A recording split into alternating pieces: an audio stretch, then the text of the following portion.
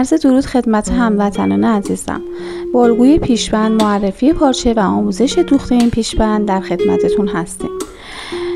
برای الگوی پیشبند آشپزخونه به طول 70 سانتی متر و عرض 50 سانتی متر نیاز داریم. برای قسمت بالای پیشبند الگومون رو به دو قسمت تقسیم میکنیم. از وسط الگومون 12 سانت به این سمت و 12 سانت به این سمت میریم. از قسمت این گوشه بالای پیشبند حدود 20 الی 21 سانتی متر پایین میایم و یک خط اریب میکشیم. از وسط این خط حدود 1 سانت و نیم عقب میایم و با نقطه چینی که در این قسمت میبینیم وصل میکنیم. تقریبا الگوی پیشبند ما آماده است. الگوی روی پارچه مورد نظر می‌نازیم الگومون رو و برش میدیم. خب معمولا برای پیشبند آشپزخونه از پارچه‌های کتان نخ و پارچه‌های پنبه استفاده میشه و مشمعی که استفاده میشه بهتره که مشمع بیمارستانی باشه، اما اگه برای خودتون و به صفحه میخواید باشه از مشمعی که معمولا در پلاسکو به فروش میرسه هم میتونید استفاده کنید. الگوی روی پیشبند رو هم روی مشمع می‌ندازیم و با سوزن به پارچه پیشبند وصل می‌کنیم. خب برای نوار دور پیشبند هم میتونید از نوار اریب توری که قیمت مناسبی هم دارن میتونید استفاده کنید و هم نوار اریب کتان که معمولا یکی از رنگ‌هایی که توی پارچه استفاده میشه رو باید بخرید. خب من برای این پارچه نوار اریب رنگ بنفش رو خریدم و شروع میکنیم به دوخت این کار. برای دوخت نوار اریب پیشبندمون قسمت بالای پیشبند رو که با سوزن فیکس کردیم این قسمت نوار اریب رو میذاریم، نصف بقیه نوار اریب رو زیر کار میبریم. نماشماییه که پشت کارمون استفاده کردیم.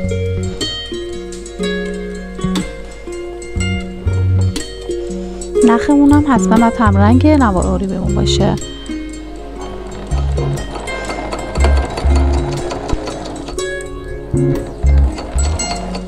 نوار اریبمون رو قسمت پایین حلقه میذاریم.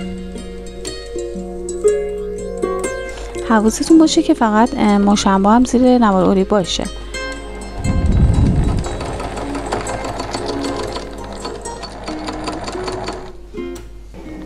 قسمت پایین پیشبند رو باید حوصله داشته باشین که حالت هلالش چین نخوره.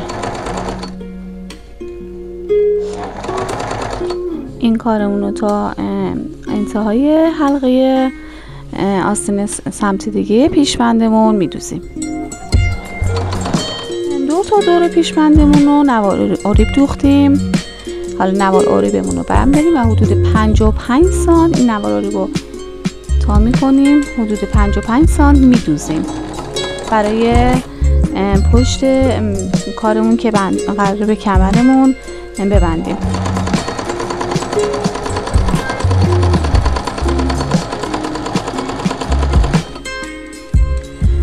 پنج و 5 سانت از نوار اریبمون رو دوختیم و به قسمت انتهای حلقه وصل میکنیم و زیر چرخ خیاطی میبریم و میدوزیم.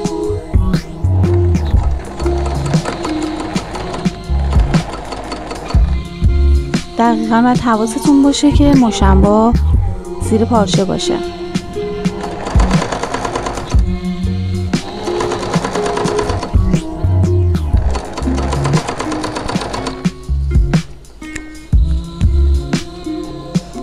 به این قسمت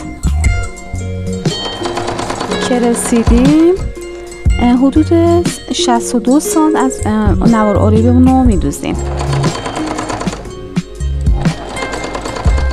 62 سانت از نوار اریبمون رو که دوختیم به این قسمت بالای پیشبند که رسیدیم کارو میبریم زیر نوار اریب و دوباره شروع به دوخت حلقه این سمت پیشبند میکنیم و دوباره به این قسمت حلقه که رسیدیم حدود 55 سانت از نوار اریبمون رو تا میکنیم و میدوزیم. خانمای هنرمند این پایان کار پیشبندمونه. فقط این که من قبل از اینکه نوار اریب رو بدوزم برای زیباتر شدن پیشبندمون یه قسمت از کارمون رو بالای پیشبندمون رو من یک جیب رو دوختم.